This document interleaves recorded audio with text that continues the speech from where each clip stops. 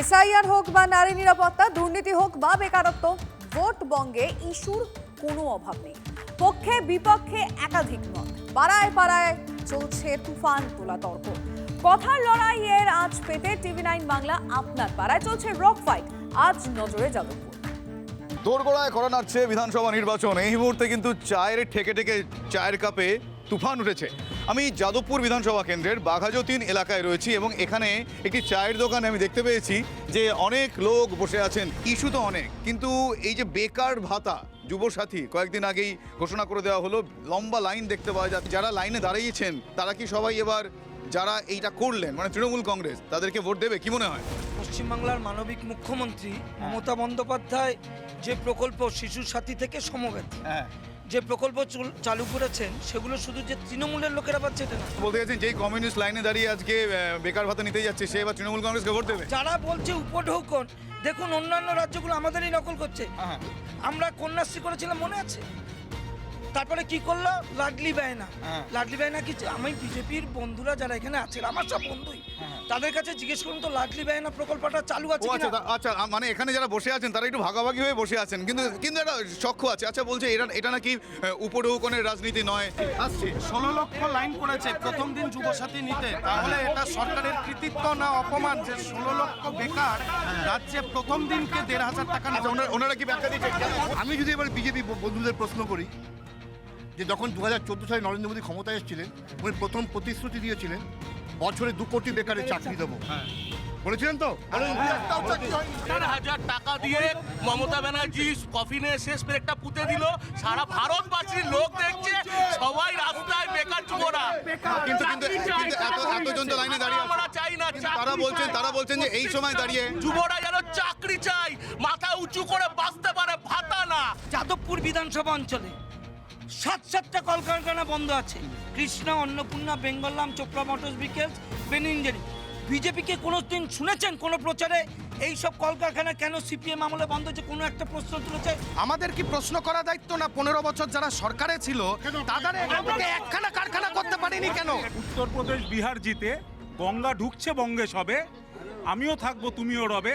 দাদা এবারও খেলা লক্ষ্মীর ভান্ডারে এই যে আরো টাকা বাড়ানো হলো, এটা কি এবার বিধানসভা ভোটের আগে ভোটের জন্য নাকি মানুষের উন্নয়নের জন্য? মানুষের উন্নয়নের জন্য। আমাদের এখানে পয়সা দিয়ে ভোট কিনি না, আমরা যেটা বলি সেটা প্রতিশ্রুতি দিই যে কাজ। সেগুলো ভোটের তো আগে হয় কেন? ভোটের আগে কেন? দিদি মেয়েদের সারা বছরের জন্য প্রক্রিয়া। আচ্ছা, শুভেন্দু অধিকারী বলেছেন যে যদি ক্ষমতায় আসলে তাহলে এই যে লক্ষ্মীর ভান্ডারে মহিলারা যা পাচ্ছেন সেই টাকা বাড়িয়ে দেবেন, তার মানে সেটা তো অ্যাকসেপ্টেন্স।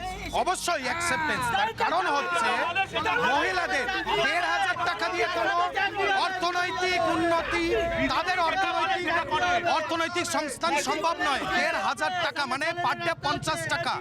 আমরা বলছি পার ডে 100 টাকা করে, আমাদের সরকার আসলে পার ডে 100 টাকা করে এখানটায় তাদের অনারিয়াম হিসাবে এখানে দেওয়া হবে মহিলাদের অর্থনৈতিক সশক্তিকরণ করার জন্য। এসআইআর ভোটের আগে এসআইআর কতটা প্রভাব ফেলবে এই মুহূর্তে অনেক বড়।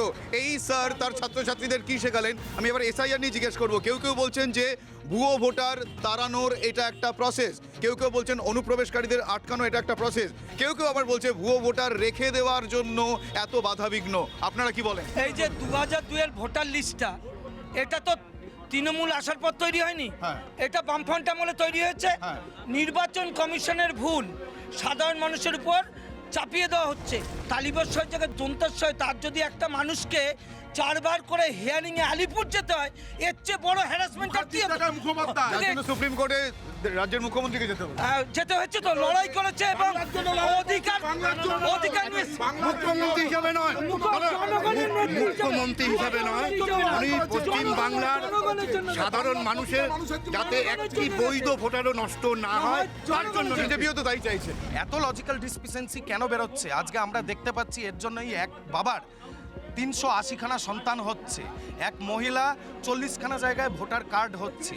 এই জিনিসগুলোই আজকে খুঁজে বার করার জন্য জ্ঞানেশ কুমার এবং তার টিম এখানটায় কাজ করছিল। আমরা শুধু এটাই বলবো, এই যে ভোট, এটা হিন্দুত্বের ভোট, এবং এই ভোটের আগে আমাদের যদি আমরা আমাদের শেষ রক্ষাটা করতে না পারি, আগামী দিনে যেই পরিস্থিতি হবে তার থেকে তৃণমূল কংগ্রেসও বাঁচতে পারবে। ভাগাভাগি করে, মুসলিম ভাগাভাগি করে এটাকে রাজ্যকে অশান্তির জায়গা তৈরি করতে বিজেপি ভোট নেওয়া। যেদিন প্রশাসনিক প্রধান প্রধান বলল যে যে গরু দুধ দেয় তার লাথি খেতে প্রয়োজন, সেই দিনকেই আমাদেরকে এখানটায় বলতে হলো বাঁচতে হলে বিজেপিকে চাই। এটা হিন্দুত্বের জাগরণের জন্য, হিন্দুদের জন্য, এখানটায় যে দাদারা আছে তাদেরও ভবিষ্যৎ প্রজন্মের জন্য। এই বিতর্ক চলতেই থাকবে, কিন্তু ভোট আসছে, সাধারণ মানুষ যেন সুষ্ঠুভাবে ভোট দিতে পারেন, এইটা একমাত্র চাওয়া। শুধু তাই নয়, যে ইস্যুগুলো সামনে এসছে সেই ইস্যুতে ভোট বাক্সে গিয়ে কি প্রতিফলন ঘটে সেটা সময় বলবে, কিন্তু এই বিতর্ক, এই আড্ডা চলতেই থাকবে।